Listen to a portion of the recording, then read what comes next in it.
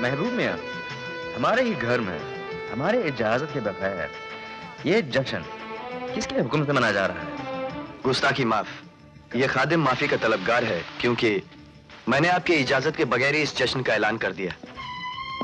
जश्न तो आप खुद ही मनाएंगे समीर। अपने अब्बा जान का पैगाम जानकर। समीर खुश आमदीद। अस्सलाम वालेकुम। वालेकुम अस्सलाम। Hello. Hi. Congratulations, Samir. Thank you, thank you. जश्न मुबारक हो दादा। वालेकुम अस्सलाम, वालेकुम अस्सलाम। लो पढ़ लो अपने अब्बा जान का पैगाम आसमान से छूटने वाली फुलझड़ियों में।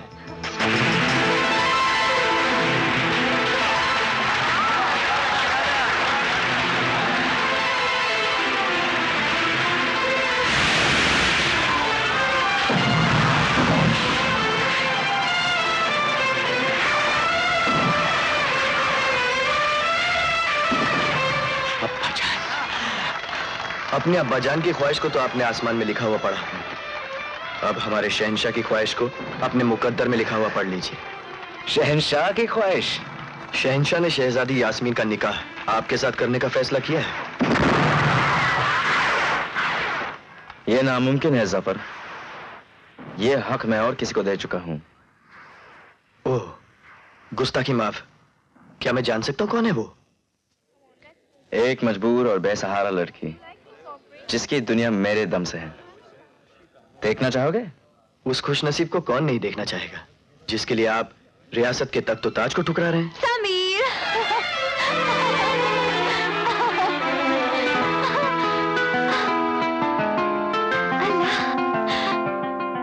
अब्बाजान से मिलने की खबर मुबारक हो। मेरी बहन के लिए सल्तनत के तख्त ताज को ठुकराकर मुझ पर बहुत बड़ा एहसान किया आपने समीर। जरीना और तुम्हारी बहन? हाँ, ये मेरे ही भाई हैं जिन्हें मैं जमाने के बाद देख रही हूँ। तो तुम अपने भाईजान से बातें करो, मैं कपड़े बदल के आता हूँ। ओके? ओके। कैसी है तू? मुझे जिंदा सही सलामत देखकर आपके दिल को बहुत ठेस पहुंची होगी भाईजान।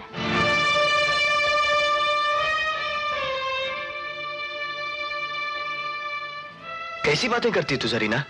तेरी ही खातिर तो मेरी जिंदगी शाकिर की गुलामी में कट रही है। और मेरी जिंदगी तुम्हारे शाकिर की वजह से तबाह बर्बाद हो जाती। अगर समीर न होते तो जरीना लुट चुकी होती, मर चुकी होती।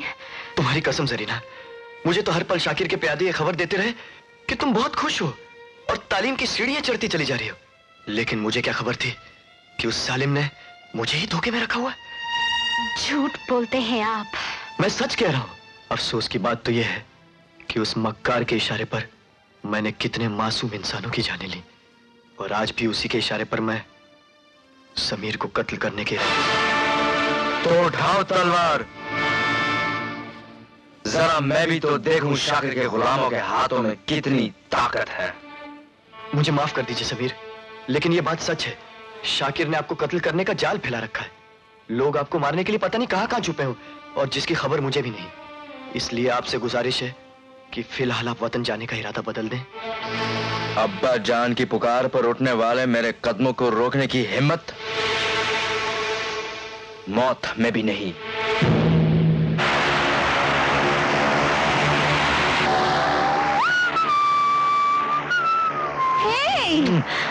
शरारत नहीं।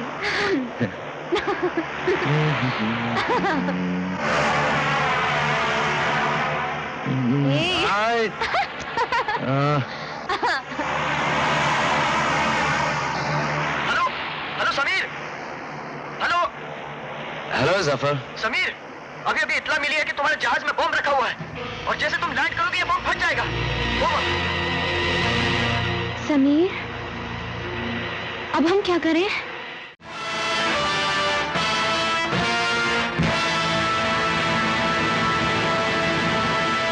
आज 22 साल के बाद पहली बार बाप बेटे का सामना होगा।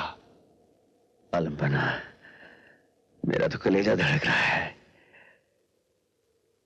आपको लगता है समीर मुझे पहचान लेगा? आज दिल की वादी में खून के कतरों की गूंज उठेगी और हर कतरा पुकार पुकार कर कहेगा, समीर ये तेरे वालिद हैं, जा इनके सीने से लग जा। आलम पना, खबर आई है, समीर पैराशूट से रेगिस्तान में उतर रहे हैं।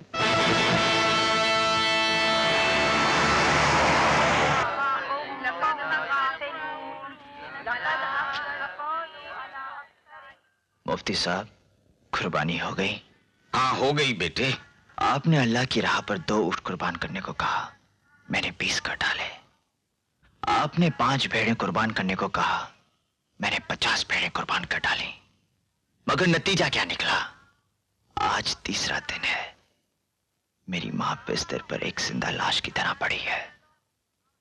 ना एक लफ्ज जुबान से अदा कर सकती है, ना एक निवाला खा सकती है। अल्लाह पे भरोसा रखो बेटे, वो सब्र करने वालों के साथ है। मुझे अल्लाह पर भरोसा है, लेकिन आप लोगों पर नहीं।